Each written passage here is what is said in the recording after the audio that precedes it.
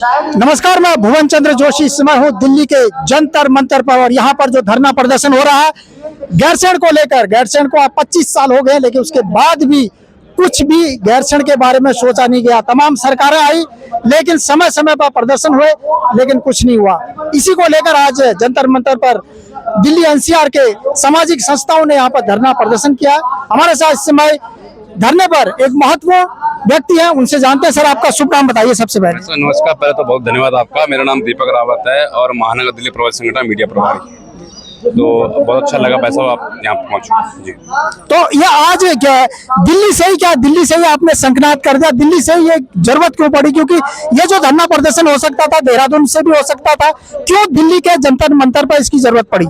इसका सीधा सा जवाब भाई साहब ये है कि जो उत्तराखंड की सरकार है जो चल रही है वो दिल्ली से चल रही है। हम लोग देख ही रहे हैं कि यहाँ तक जितनी नीतियां हैं वो दिल्ली से उत्तराखंड में इम्प्लीमेंट होती है। और हम मौजूदा सरकार की भावना जिस हम देख रहे हैं कि सरकार जिस काम कर रही है, आए दिन मुख्यमंत्री दिल्ली में होते हैं, तो ये बिल्कुल स्पष्ट है कि चाहे बीजेपी हो चाहे कांग्रेस हो, अभी तक सरकारें दिल्ली से चली है। और यहाँ पे मेन जो गैरसैंण राजधानी की मांग है ये आज से नहीं, आज ये देख लीजिए 25 साल का हमारा उत्तराखंड हो गया, हमने क्या आज तक जो मांगे हमारी पूरी नहीं हुई। तो ये आए दिन जो हम लोग छोटे संगठन जो जुड़ के आंदोलन की मांग कर रही है, इसीलिए कर रहे हैं कि पहाड़ का विकास हो, पहाड़ के युवा आगे आए। आज आप नौकरी में देख लीजिए, बाहर के लोगों को आप नौकरी मिल रही है, पहाड़ का युवा तो वहीं का वहीं है। हम कहते हैं कि पहाड़ की जवानी पहाड़ का पानी काम आएगा, लेकिन कहाँ आज तक कहाँ काम आया? तो कहीं ना कहीं युवा कमजोर है, युवा दबाव, उसको जरूरत है जागने की, और उसी के लिए ऐसे जरूरत पड़ रही है। ऐसे मैं जानना चाह रहा हूँ कि जैसे आपने ये जंतर मंतर पर आज ये धरना प्रदर्शन हो रहा, क्या यह देहरादून में भी हो सकता है इस तरह का कुछ? देखो, पहली बात तो वैसा बहुत अच्छा क्वेश्चन पूछा आपने। देहरादून में इसका पूरा समर्थन हो रहा है, तो देहरादून के लोग भी इसका समर्थन कर रहे हैं, पहली बात। क्योंकि वहां से भी कई लोगों के फोन आया कि हम चाहते हैं कि पहाड़ की राजधानी पहाड़ों में। आपको मैं एक बात बता दूं, जो वहाँ का जो यूथ है वो यही चाहता है, क्योंकि 19 हम कहते हैं कि देहरादून राजधानी बन गई, लेकिन असल में जो पहाड़ की जो भौगोलिक स्थिति है, पहाड़ जिस तरह मांग करता है वो पहाड़ में होनी चाहिए। आप ये देख लीजिए, आज जितने पर्वतीय राज्य हैं, जितने भी क्षेत्र, सबकी राजधानी पहाड़ों में है। आप देख लीजिए, हमारे बगल में हरियाणा है, सॉरी हिमाचल है, हिमाचल की राजधानी पहाड़ में है। वहाँ का युवा कितना पलायन किया?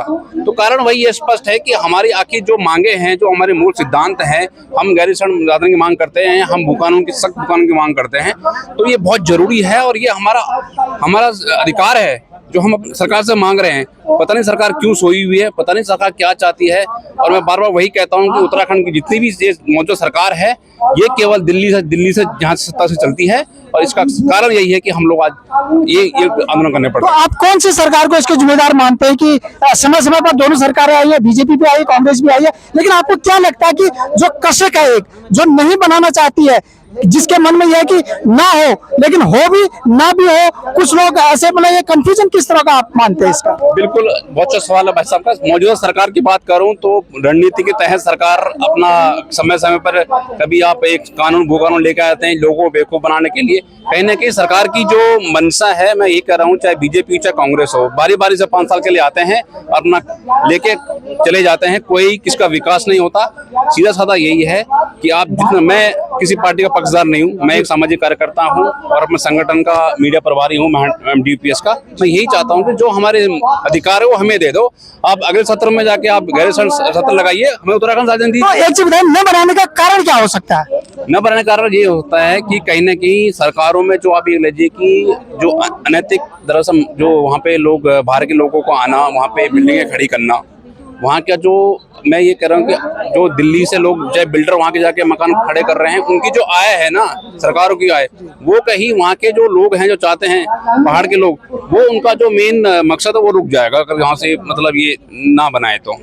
ये तो अगर गैरसैंण राजधानी बन जाती है इन फ्यूचर, तो आपको क्या लगता है कि वहाँ के लोगों को कितना फायदा हो सकता है? बहुत फायदा होगा भाई साहब। पहली बात मैं आपको बोलूं कि वहाँ के लोगों को, जो पहाड़ का युवा है वो पलायन नहीं करेगा। सबसे बड़ी कारण जो वहाँ की मातृशक्ति है आज के टाइम पे। मैं आपको छोटा सा एग्जांपल देता हूँ, मैं नैनना ब्लॉक से आता हूँ। मेरे गांव, मेरे क्षेत्र के अंदर 1-2 हॉस्पिटल हैं, नैनना और धुमाकोट।